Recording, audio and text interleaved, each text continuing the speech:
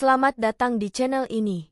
Baru-baru ini, banyak orang membahas pembatasan yang diberlakukan oleh pemerintah Cina terhadap personel teknis dan teknologi sensitif terkait yang memasuki India.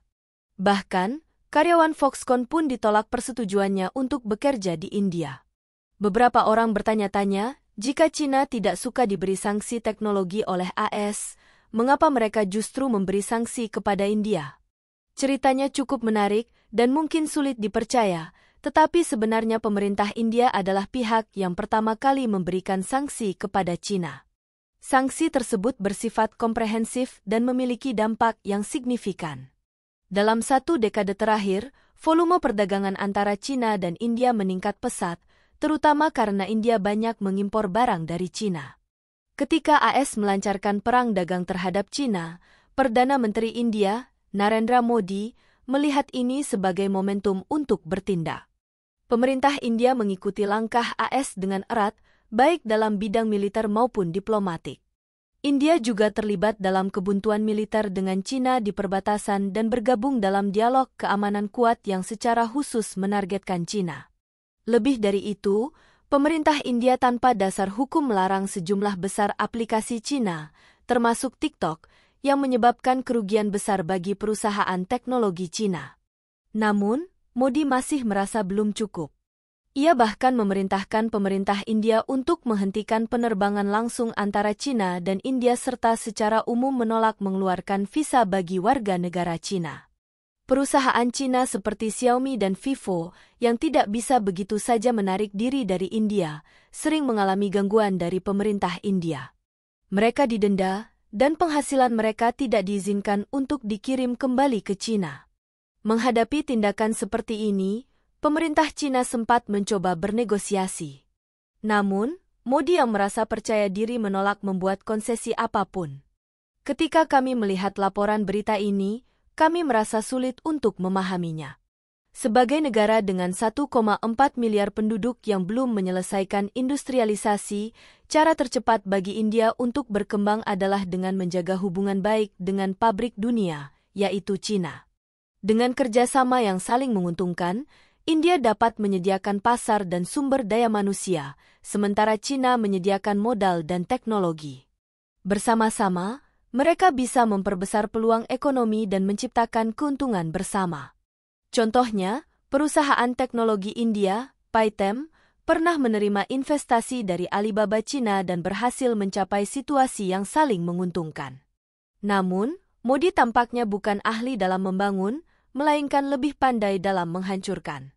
Beberapa tahun setelah menjabat, ia dengan jelas menyelaraskan India dengan AS dan berperan sebagai perpanjangan tangan Washington dalam persaingan antara Cina dan AS.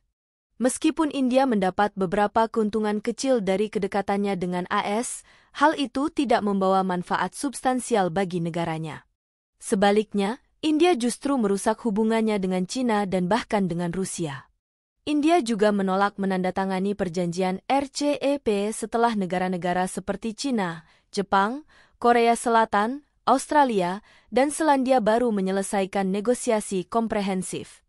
Hal ini membuat India mengisolasi diri dari perjanjian perdagangan bebas terbesar di dunia. Selain itu, dalam berbagai organisasi internasional seperti Organisasi Kerjasama Shanghai, SCO, Bank Investasi Infrastruktur Asia, AIIB, dan BRICS, India juga semakin kehilangan pengaruhnya. India telah menunjukkan respons negatif dan sikap konfrontatif yang dingin terhadap Cina, yang sangat merusak prestise organisasi internasional tempat India berpartisipasi. Sementara itu, Modi dengan bangga menyatakan di berbagai kesempatan bahwa abad ke-21 adalah abad India dan bahwa India akan menggantikan Cina sebagai pusat manufaktur dunia. Ia mengajak para investor dengan mengatakan bahwa jika mereka ingin sukses, mereka harus berinvestasi di India. Media Barat juga turut memuji India, menggambarkannya sebagai negara adikuasa berikutnya. Akibatnya, kebangkitan India telah menjadi salah satu topik paling populer di media India, dengan berbagai program yang meremehkan Cina dan membanggakan masa depan cerah India. Namun, kenyataannya tidak seindah yang digambarkan. Meskipun India memberlakukan berbagai sanksi sepihak terhadap Cina, volume perdagangan antara kedua negara justru terus meningkat pesat. Setiap tahunnya, India menyumbang surplus perdagangan sebesar 100 miliar dolar kepada China. Sebelumnya, para pelaku bisnis harus mengambil risiko besar dengan pergi ke India, menghadapi potensi pemerasan oleh pemerintah, membeli tanah, membangun pabrik, dan berusaha mempengaruhi pasar di sana untuk menghasilkan keuntungan yang belum tentu bisa dibawa pulang. Bahkan, teknologi yang mereka kembangkan bisa disita oleh pemerintah India kapan saja. Namun, setelah India secara sepihak memutuskan hubungan dengan China, para pengusaha China justru terkejut mendapati bahwa impor India dari China meningkat. Kini, tanpa harus pergi ke luar negeri, produk-produk China bisa langsung dijual ke India, yang justru meningkatkan lapangan kerja di dalam negeri China dan menghasilkan devisa dalam dolar. Secara tidak langsung, kebijakan India justru menguntungkan para pedagang China, sebuah ironi yang menarik. Ketidakkegoisan Kekaisaran India ini sungguh luar biasa, dan Modi tampaknya menjadi harapan bagi kebangkitan impian tersebut. Banyak orang bertanya-tanya, jika India belum bergabung dengan RCEP, tidak mengizinkan orang Cina memasuki India, dan menutup aplikasi-aplikasi Cina, mengapa perusahaan lokal India tidak dapat mengisi celah tersebut dan berkembang pesat? Jika India adalah negara industri maju, hal ini mungkin saja terjadi.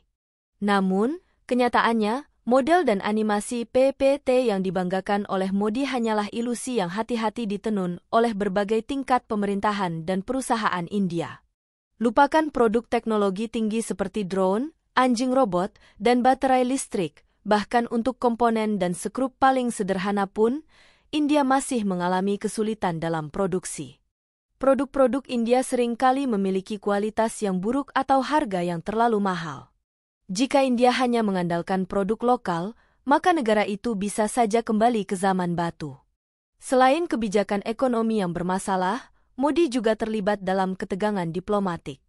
Setelah ia diduga mengirim seseorang untuk membunuh seorang pemimpin Kanada, pemerintahan Biden merasa bahwa martabat Amerika Serikat telah dilecehkan. Namun, demi menjaga reputasinya, Modi menolak mengakui kesalahannya dan malah berhadapan langsung dengan Kanada. Kanada bukan sekadar negara biasa. Dalam pandangan banyak orang, Kanada adalah bagian dari persaudaraan Anglo-Sakson. Konfrontasi India dengan Kanada bisa jadi memperumit hubungannya dengan AS, yang selama ini menjadi sekutu strategisnya. Pemerintah AS mulai menyelidiki berbagai skandal yang melibatkan Modi, sementara Wall Street dan kapitalis Barat secara bersamaan melakukan aksi short selling terhadap pasar India.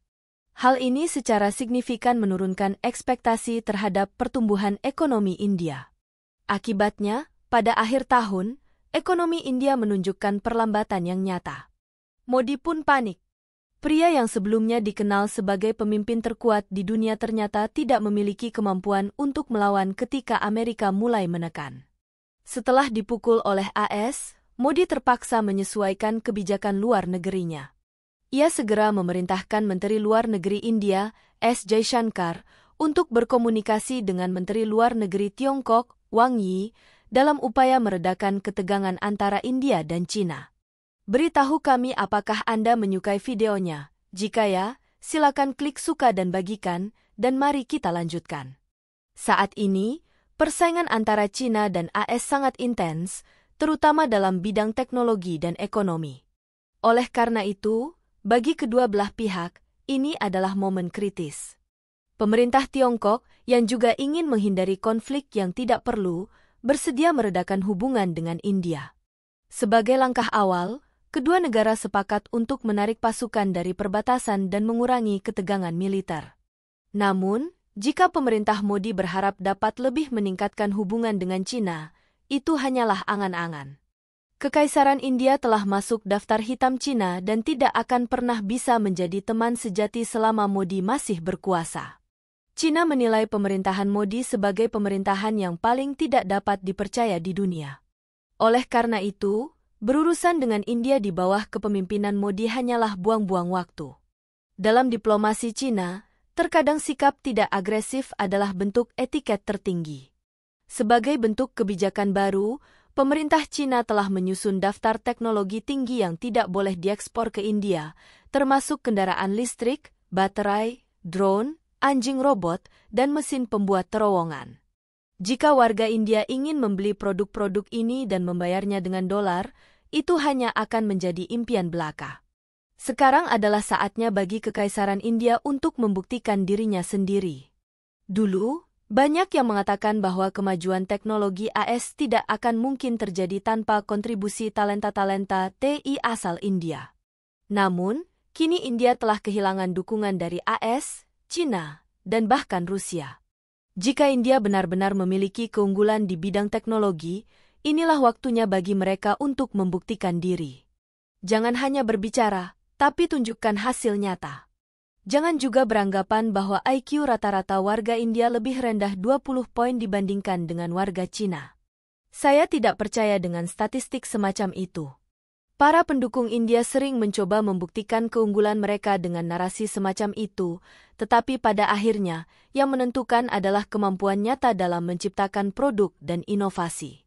Ketika China, AS, dan Rusia akhirnya mencapai kompromi atas kepentingan masing-masing, itulah saat di mana hari-hari buruk bagi India benar-benar akan dimulai. Bagaimana pendapat Anda mengenai video ini? Jika Anda punya pendapat, silahkan tuliskan pendapat Anda pada bagian komentarnya. Dan jika Anda suka dengan video ini, silahkan klik like dan subscribe. Dengan begitu kami akan membuat video lainnya untuk Anda semua. Terima kasih dan sekian dulu dan sampai jumpa di video berikutnya.